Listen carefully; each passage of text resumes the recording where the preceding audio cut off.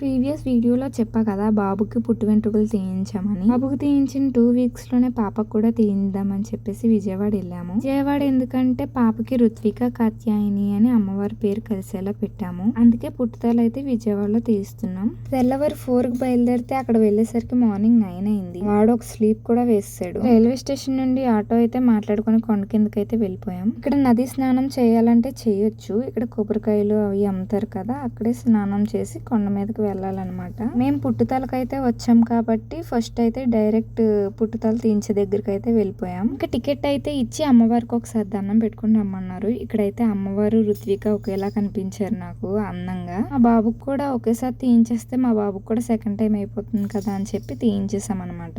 దర్శనం అయితే కంప్లీట్ అయిపోయింది. అక్కడికి ఫోన్ నాట్ అలౌడ్ కాబట్టి ఆ క్లిప్స్ ఏం తీయలేదు. ఇక్కడ నాకు తెలియని విషయం ఏంటంటే చున్నీ వేసుకుని వెళ్ళాలంట. అలా ఎందుకు వెళ్ళాలి మీకు ఏమన్నా తెలుసా? కామెంట్ చేయండి. నాకేమో ఆ విషయం తెలియక చున్నీ బ్యాగ్ లో పెట్టి కౌంటర్ లో పెట్టాను. మనకేమో కొంచెం చిరాకు ఎక్కువ, ఎండలు అలా ఉన్నాయి. మరి చున్నీ వేసుకోవాలి కంపల్సరీ అన్నారని మళ్ళీ వెనక్కి వచ్చి చున్నీ వేసుకొని వెళ్ళి దర్శనం చేసుకున్నాను. మొత్తం కంప్లీట్ అయ్యేటప్పటికి సాయంత్రం 4 అయిందబ్బా.